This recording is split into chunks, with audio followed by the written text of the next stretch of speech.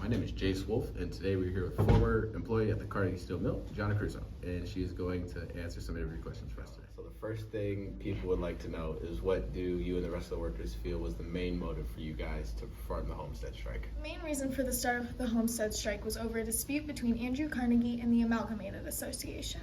The dispute was mainly about us workers getting our pay cut. Henry Frick, who was a chairman and chief executive of Carnegie Steel, had the idea, and Andrew Carnegie supported him, even though he had previously made a statement about being pro-labor. Frick and Carnegie's idea to cut wages would have to go up against one of the largest unions in the nation, which was the Amalgamated Association. The union's contract with Carnegie Steel ended. Frick made pay cuts and refused to negotiate with the union.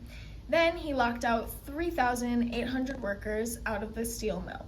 Half of the workers were part of a union, but all of them voted to strike. Can you tell us a little bit about Andrew Carnegie and how he treated all the laborers in a way that made everyone feel more inclined to go on strike?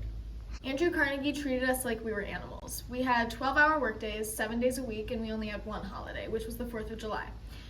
One of my coworkers said that he had lost over 30 pounds within the first 3 months because we were never allowed a break. Some workers were able to sneak out for like 3 to 5 minutes, but that's it. He paid us about $10 a week, and it would take about 4,000 workers to match the amount of money that Carnegie makes. So it makes sense that the workers wanted to go on strike because we had very low pay.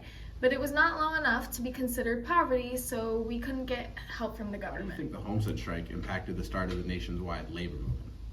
The strike happened at one of the largest steel mills in the world, making a statement for us workers all across the country, but it wasn't a really good one.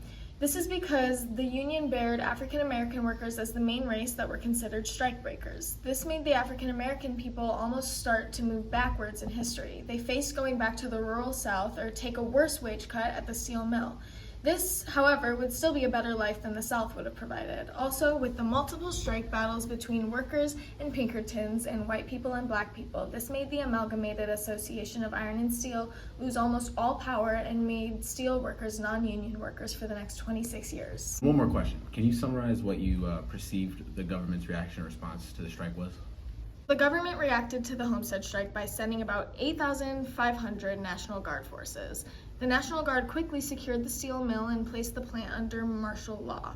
The government made a public statement after both the Pullman and the Homestead strikes, talking about the American labor movement, and officially created the national holiday, Labor Day.